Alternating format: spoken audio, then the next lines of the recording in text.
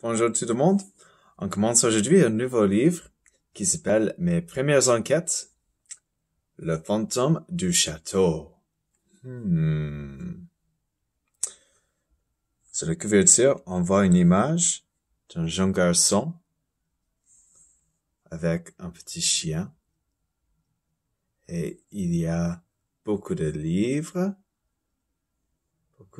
des étagères. Et je crois que ceci, c'est une porte secrète.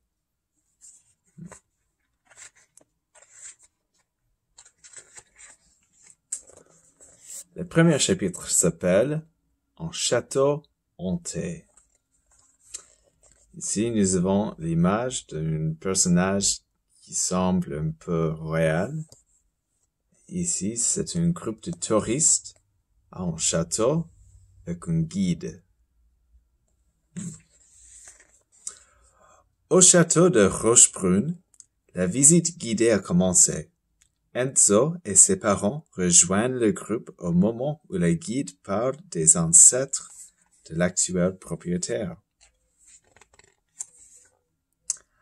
Vous n'avez pas peur des fantômes, les enfants? Non! Répondent en chœur les petits visiteurs intrépides. Tant mieux, conclut le guide, car on dit que le château est hanté par un fantôme qui pourrait bien être Guillaume de Rébus, le jeune homme représenté sur ce tableau. Elle montre le portrait d'un garçon à l'air doux et triste.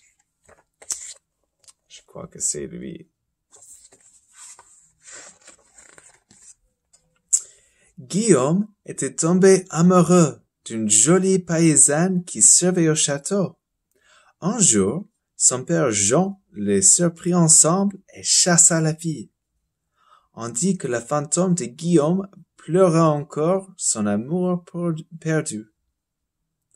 La guide continue à parler, mais Enzo n'écoute plus. Son attention s'est portée sur une fille qui le regarde fixement, lui et son sac à dos. Ou plutôt la tête poilue qui sort du sac, celle de son chien Max.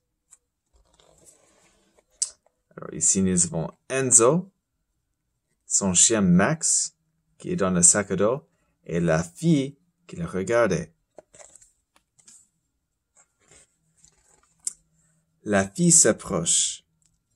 Les animaux sont interdits à l'intérieur du château, lui fait-elle remarquer. Tu ne diras rien?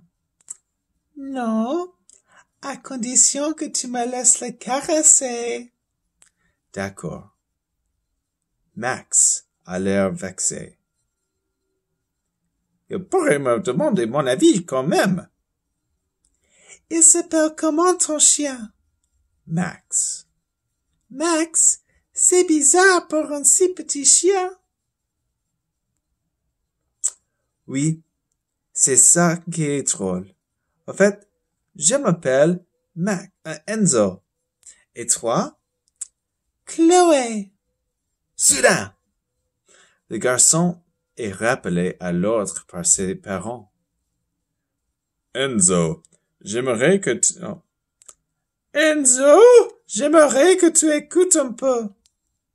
Mais ça m'ennuie, maman. Évite au moins de te faire remarquer.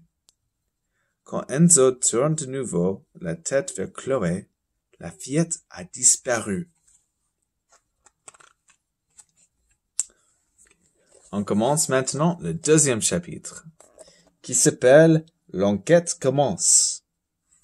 Nous voyons ici Chloé, qui crie SOS, beaucoup de portraits des personnages réels, Enzo et Max.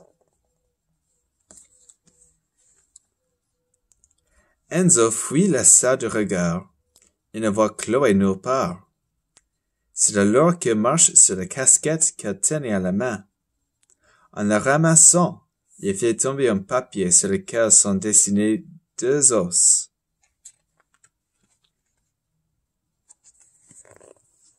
C'est les deux os sur le papier.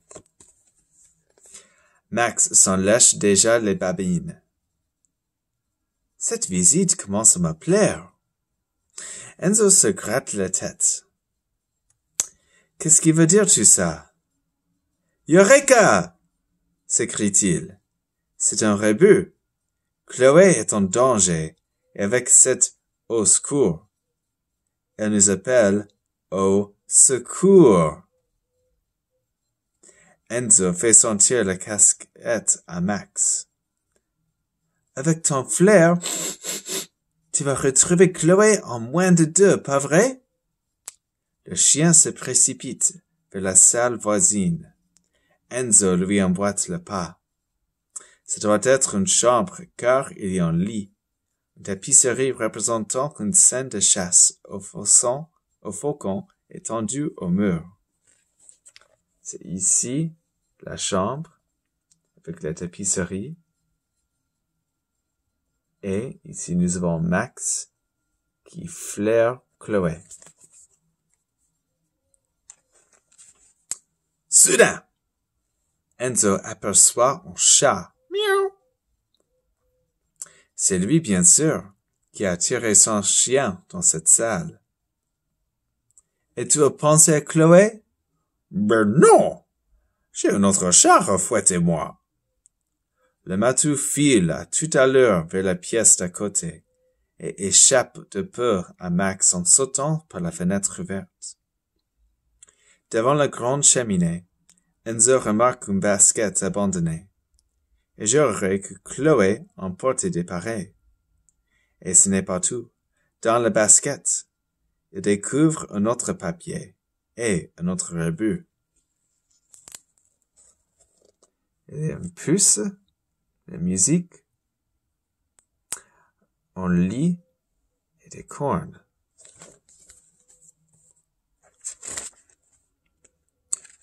Et on va arrêter là, cette fois. On recommence demain. Au revoir tout le monde.